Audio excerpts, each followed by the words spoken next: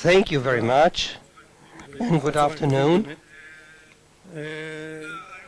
Among the various ideas raised here, I am finding myself somewhat closer to Jibril's ideas than Gilad shares. At least Jibril is introducing reality the way it is from a Palestinian viewpoint, whereas the ideas raised by Gilad are disconnected from reality. You cannot depart from Palestinians, says Jibril. Rightly so. We can't depart. They are here, we are here, we are intertwined. Their problem is our problem, at least certain components of it, and every attempt to tackle the problem binds some kind of an agreement with the Palestinians. And our problem is what Jibril said. Jibril said, he spoke about Palestinian truth that links up to what Ruth Gabison said. And we have to listen to the nuances of what Jibril has said. He spoke about the state of Israel in which the Israeli people is living, and that we have to solve the refugee problem as a pivot or cardinal problem regarding Palestinians. He is right. We can't accept it. As Ruth Gavison, we are living in a Jewish state, the state of the Jewish people, which is a democratic state providing for all its citizens, but it's a Jewish state. And as long as the Palestinians don't accept it, are not willing to concede a strategic concession that for 120 years that we've been trying to evade, there will be no agreement between them and us. We can have peace talks, we shall continue, God will it, but we'll never reach an agreement unless Palestinians accept this fact. The world had difficulty in understanding it. The world can accept the reality of two peoples, two states for two peoples, but as long as it's not based on mutual recognition, it will never be stable as long as we recognize the Palestinians' rights for self-determination in their homeland, but the Palestinians don't recognize the right of Jews. They don't even recognize the fact that there's Jewish people. They don't recognize the link or affinity between the Jewish people and this territory. They don't recognize the things that the Jewish people has a right to express here its self-determination. As long as this doesn't exist, there will be no stability. I'm proposing to you, as a person reading systematically not only what Palestinians are saying in Hebrew and English, as Jibril said, I'm devoting much time to read what they are saying in Arabic to their public. I'm proposing to understand what is broadcast to the Palestinian people by its leadership, and not speaking about Hamas. I'm speaking also about the PA. What is broadcast, the Jewish presence here is temporary.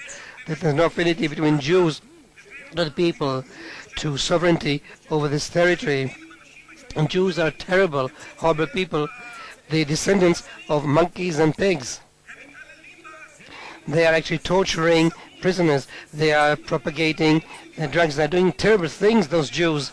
And therefore the strife, the uprising, the resistance to the existence of the state of Israel in final analysis as a Jewish state will actually yield the much aspired dividends. Haifa, Akko, Lida, Ramleh, Ashkelon, Ashdod, Tiberias, Beit Shan will all be back in final analysis to be part and parcel of the Palestinian state.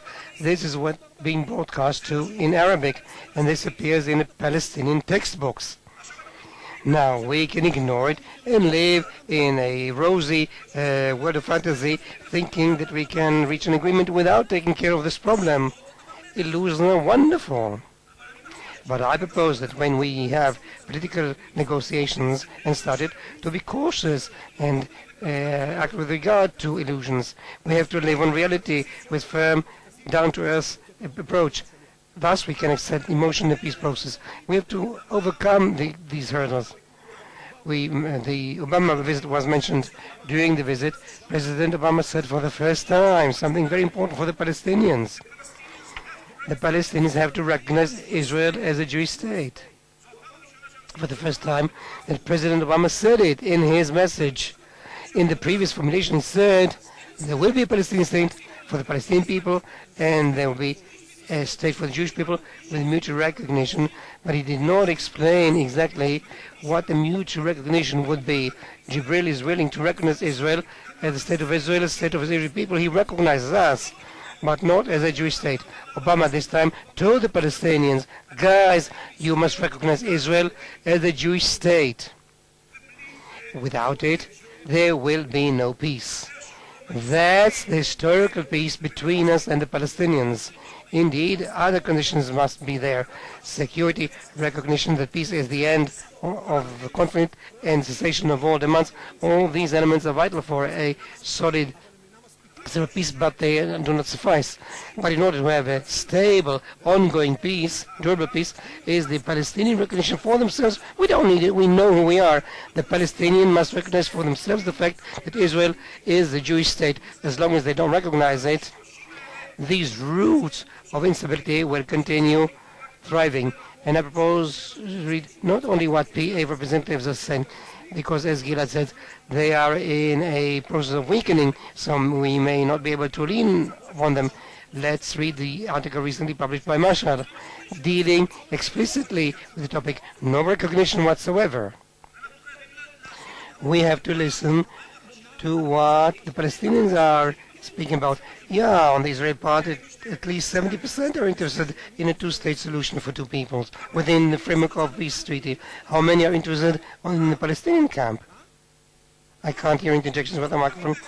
70 people are willing for the two-state solution, and 70 people, 70% of the Palestinians are willing to support a two-state solution, but not two-state for two peoples. Sometimes Muhammad says, I'm accepting two states for two peoples, and Jibril also, a state for the Israeli people. No, a state for the Jewish people, Jibril. This is what we need, a state for the Jewish people. Recognize the existence of Israel. Why Israel does not appear in your textbooks? Why do you care if they don't recognize? Because the conflict will continue. I don't care. I can live without it. We're living without it.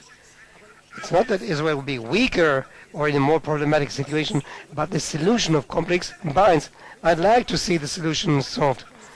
I was mentioned of the fact that we're living in status quo, which we don't want. The state of Israel does not want the status quo. It was to move versus solution of the conflict with the Palestinians. Therefore, it prompts the Palestinians to start negotiations. We have to offer concessions to the Palestinians for negotiations, as though it were not a Palestinian interest. Why do they need some incentives to start negotiations? It's their interest. We're told that we have a state and they don't. Therefore, first and foremost, it should be their interest to start negotiations. Why don't they want to start it? Because they understand in negotiations we shall pose harsh questions dealing with their strategic concessions. And we pose questions about the Jewish state. We did already pose the question. And we put the questions regarding security arrangements and about end of conflict and end of claims, including the refugees. We pose the questions, and the Palestinians have no interest in facing this issue. They'd rather evade it, understanding that there are many alternative ways to attain what they want, the Palestinian interest, without facing these problems. There's the unilateral way that they have been pursuing so far, and the Israeli unilateral route, as Gilad proposes. If there's a unilateral Israeli option of Israeli concessions, what incentive for the Palestinians to start negotiations? We want to bring the Palestinians to negotiations and speak candidly about all problems vexing them and us. And I firmly believe that if we reach a reality in which we'll be speaking with them frankly about the problems, and they reach a conclusions that they also have to make some historical strategic concessions, we'll reach an agreement concerning territorial elements, because the assumption raised here was as if the pivotal problems preventing progress is the difficulty in defining the territorial border, and Israel should define for itself its territorial border. The conflict between us and Palestinians is not territorial. There is a very important territorial dimension. It's not a territorial conflict, but rather an existential one. As long as you don't solve the existential dimension of the conflict, there's no way of discussing the territorial issue. The existential dimension is more important and has supremacy. Therefore, I believe that Gilad's proposal is not good, and I'd be delighted to speak with Jibril about any element when Israelis and Palestinians reach negotiations with no preconditions, and inshallah there will be peace. Thank you very much. Thank you very much, Yossi Kuperwasser.